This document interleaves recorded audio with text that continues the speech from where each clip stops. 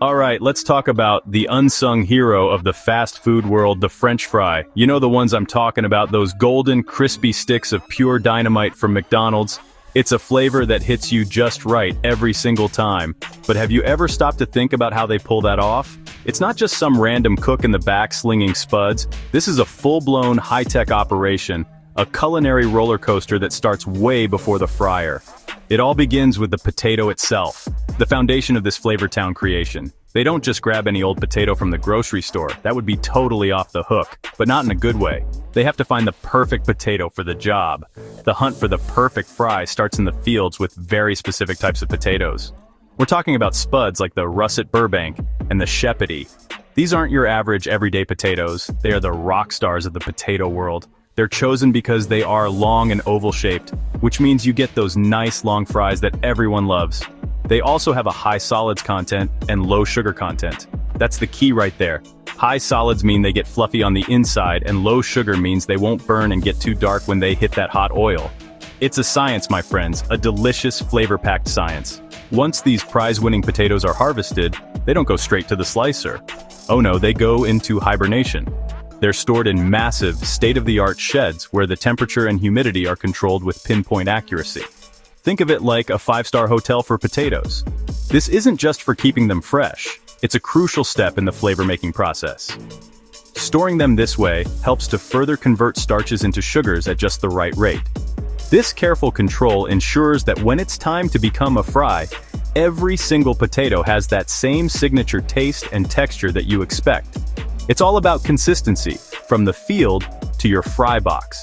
So the next time you grab a handful of those iconic fries, remember it all started with a choice. It was a decision to use only the best of the best. It's this commitment to starting with the right ingredient that sets the stage for everything else. You can't build a Flavor Town masterpiece on a shaky foundation, and in the world of fries, the Russet Burbank potato is solid gold. This whole process is a well-oiled machine, and we're just getting started. The real magic happens when these perfect potatoes meet the machines that turn them into the crispy legends we know and love. It's a wild ride, so buckle up. Now that we've got our all-star potatoes, it's time to put them through the ringer, literally. When these spuds arrive at the processing plant, they are in for the ride of their lives. First things first, they need a bath. We're not talking about a little rinse. These potatoes are tumbled and tossed through giant high-pressure water jets. These machines are designed to blast away every speck of dirt and field debris. It's like a car wash for potatoes, making sure they are squeaky clean before they move on to the next stage. This isn't just about looks, it's a critical food safety step, ensuring everything is sanitary from the get-go. After their power wash, the potatoes head straight for the peeler. But this isn't your grandma's hand peeler, forget that.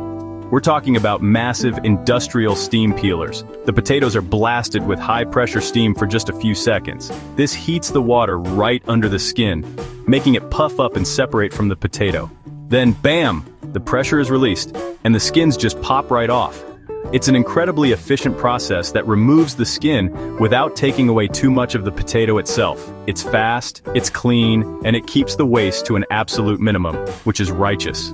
Cleaned and peeled, our potatoes are now ready for their big moment, the cut. They are shot through a grid of super sharp blades at incredible speeds. We're talking about sending a potato through a cutter at over 60 miles per hour. A water cannon launches them with precision, ensuring a perfect, uniform cut every single time. This is why every McDonald's fry looks practically identical.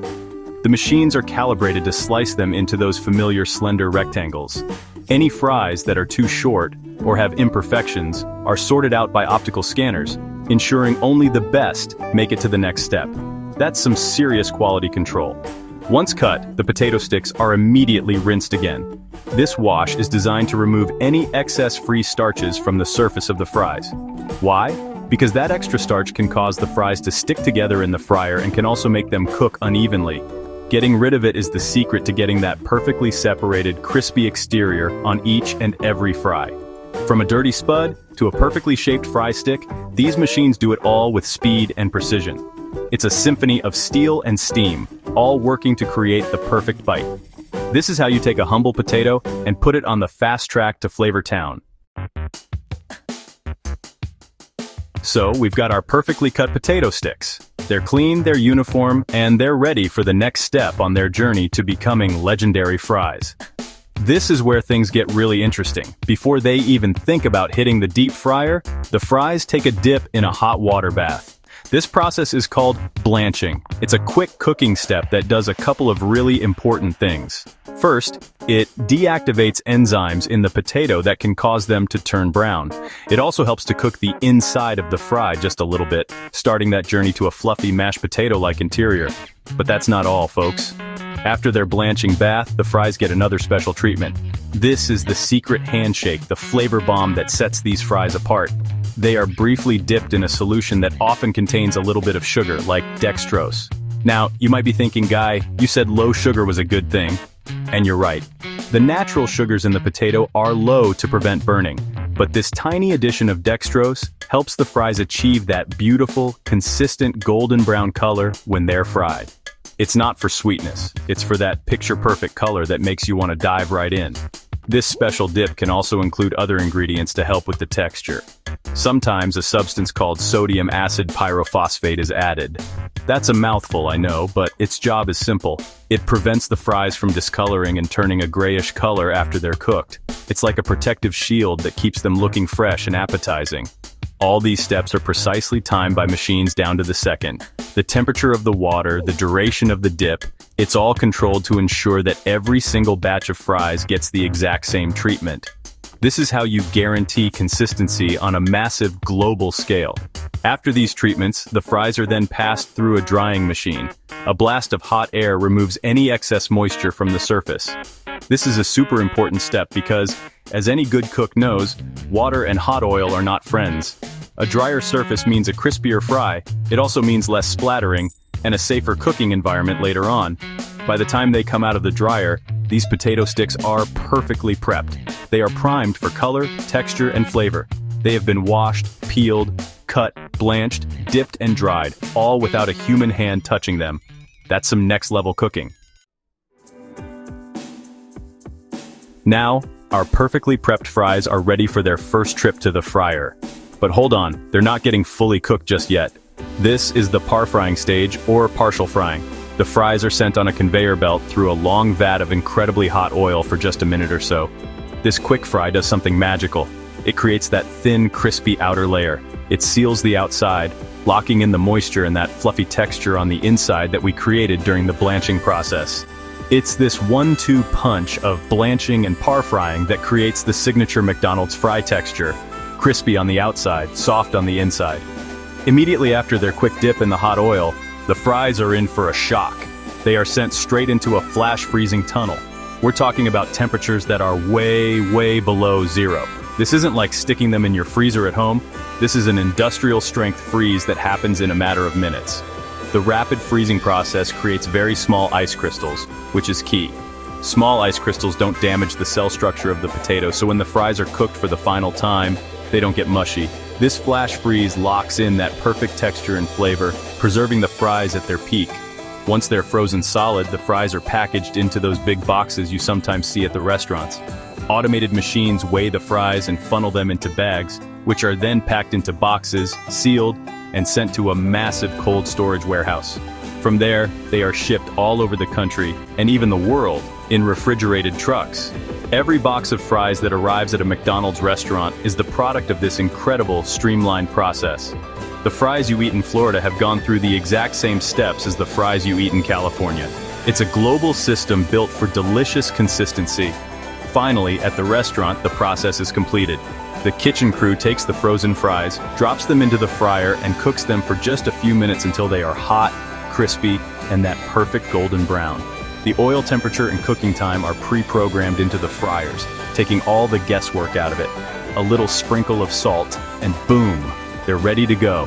From a humble potato in a field to the hot, salty, and delicious fry in your hand, it's a journey powered by science and some seriously cool machines. It's an epic tale of flavor, and it's happening every single day. You might think this level of machine-driven perfection is just for the famous fries, but that's just the tip of the iceberg, my friend. This philosophy of using technology for speed, safety, and consistency is all over the fast food kitchen. Take onions, for example. The onions for your burgers aren't chopped by hand. They are fed into machines that dice them into perfectly uniform little pieces in the blink of an eye. This means you get the same amount of onion flavor in every bite every time. No more getting a giant chunk of onion in one bite and none in the next. It's all about that reliable flavor profile. Let's talk about the filet-o-fish. Those perfectly square fish patties are not carved by some artist in the kitchen. Large blocks of sustainably sourced fish like Alaskan pollock are cut by high-pressure water jets or precision blades into those iconic squares. They are then battered, breaded, and par-fried by another series of automated machines before being flash-frozen, just like the fries. This ensures that every single fish patty is the same size, shape, and weight, so it cooks perfectly every time. It's a system that takes the guesswork out and delivers a consistent product you can count on. Even the healthier options get the high-tech treatment. Those apple slices you get in a Happy Meal?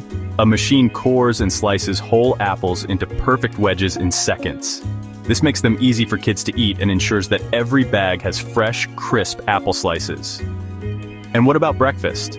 The pancakes are made by machines that dispense the perfect amount of batter onto a hot griddle, cooking them evenly and flipping them at just the right moment. This automation is what allows a restaurant to serve thousands of customers a day with incredible speed and accuracy. It's the secret engine that powers the whole operation. Ultimately, these machines are the backbone of the modern fast food industry. They are the key to what is called the 3 C's: consistency, control, and cleanliness. They ensure every item meets strict quality and safety standards, reducing the risk of human error and foodborne illness. They create a product that tastes the same whether you're in Toledo or Tokyo.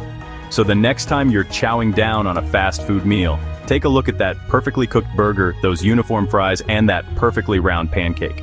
It's not just food, it's a masterpiece of mechanical engineering, a true culinary ride to Flavortown.